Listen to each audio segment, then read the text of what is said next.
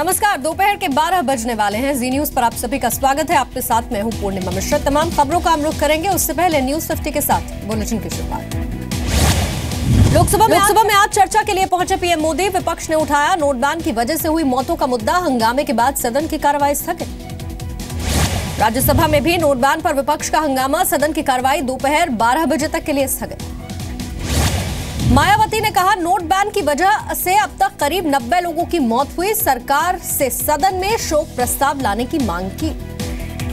राज्यसभा में बहस के दौरान जेडीयू सांसद शरद यादव का सरकार से सवाल, नोटबंदी के बाद कतार में लगे लोगों की मौत पर क्यों न श्रद्धांजलि दी जाए।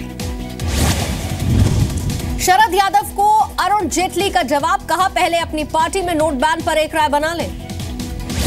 नोट बैन पर केंद्र सरकार पर कांग्रेस नेता गुलाम नबी आजाद का हमला, उन लोगों को भी सरकार दे श्रद्धांजलि जो सरकार की गलती से मरे। लोकसभा में नियम 56 के तहत बहस की मांग से पीछे हटा विपक्ष, लेकिन पीएम की मौजूदगी और वोटिंग की मांग पर कायम। सूत्रों के मुताबिक नियम 184 के तहत चर्चा और वोटिंग पर सहमति बन गई। राज्यसभा में कल पीएम की मौजूदगी में होगी चर्चा। सूचना प्रसारण मंत्री वेंकैया नायडू ने कहा सरकार नोट बैन पर ही नहीं, आतंकी हमले पर भी चर्चा के लिए है तैयार।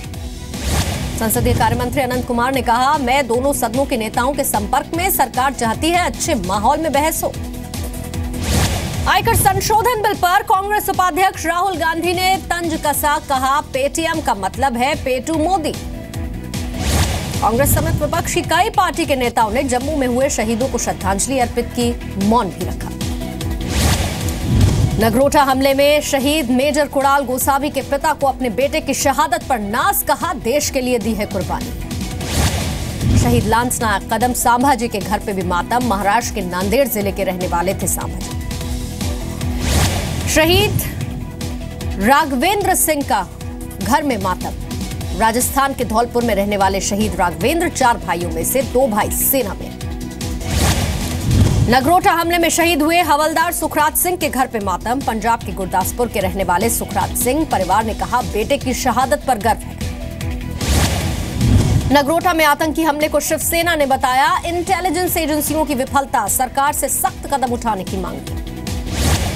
नगरोटा में आतंकी हमले के बाद जम्मू श्रीनगर हाईवे पर सुरक्षा सख्त, वाहनों की जगह जगह चेकिंग भी हो रही है। डबल आतंकी हमले के बाद जम्मू कश्मीर में सुरक्षा बढ़ाई गई, चप्पे चप्पे पर चौकसी, चेक पोस्ट पर गाड़ियों की तलाशी जारी। जम्मू कश्मीर के नगरोटा में आतंकी हमले के बाद सेना का कॉम्बिंग ऑपरेशन चल रहा है। सेना की 16वीं कोर के हेडक्वार्टर के नजदीक आर्मी यूनिट पर किया था हमला। नगरोटा में पुलिस की वर्दी में आतंकियों ने 12 जवानों समेत 16 लोगों को बंधक बनाया। सभी बंधक सही सलामत रिहा कराए गए। खुफिया एजेंसियों को आशंका है शायद जानबूझकर आर्मी कैंप पर हमले करवा रही है ताकि अपने कैंप्स की सुरक्षा में सेना फंसी रहे। भारत पाकिस्तान के बीच तनाव पर अमेरिका का बयान, शांति और सद्भाव के लिए दोनों देशों को करनी चाहिए बातचीत। जनधन योजना वाले अकाउंट से हर महीने निकाल सकेंगे सिर्फ 10,000, रिजर्व बैंक ने आदेश जारी किया। नोट बैन पर पैसे जमा कराने की नहीं बढ़ेगी तारीख, बैंकों में 30 दिसंबर तक ही जमा होंगे 500 और 1000 के पुराने नोट। शादी के मौके पर 2.5 लाख से ज्यादा रकम निकालने की अर्जी दिल्ली हाईकोर्ट ने खारिज कर दी। याचिका में परंपरागत दान का हवाला दिया गया था।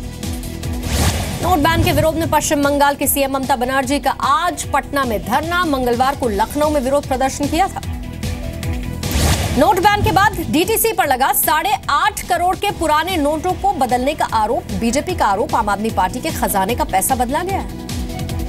दिल्ली के परिवहन मंत्री ने बताया ऐसे डीटीसी के अधिकारियों का काला पैसा जो सफेद किया जा रहा है। पंजाब के बरनाला में एक ड्राइवर के खाते में आए करोड़ों रुपए, गलती से जमा हुए 9,805 करोड़ रुपए। शिकायत के बाद जांच भी शुरू।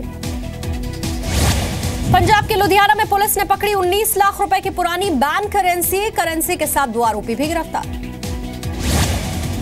सांसद और अभिनेता मनोज तिवारी बने दिल्ली बीजेपी के नए अध्यक्ष, सतीश उपाध्याय की जगह लेंगे। नित्यानंद राय बने बिहार बीजेपी की अध्यक्ष, जयपुर से सांसद हैं नित्यानंद, मंगल पांडे की जगह लेंगे। संसद की सुरक्षा से खिलवाड़ में आम आदमी पार्टी सांसद भगवंत मान दोषी, वीडियोग्राफी मामले में किरीट सोमैया आज सौंपेंगे लोकसभा स्पीकर को रिपोर्ट। भगवंत मान ने घर से संसद जाने तक का वीडियो बनाकर उसे फेसबुक पर शेयर किया था।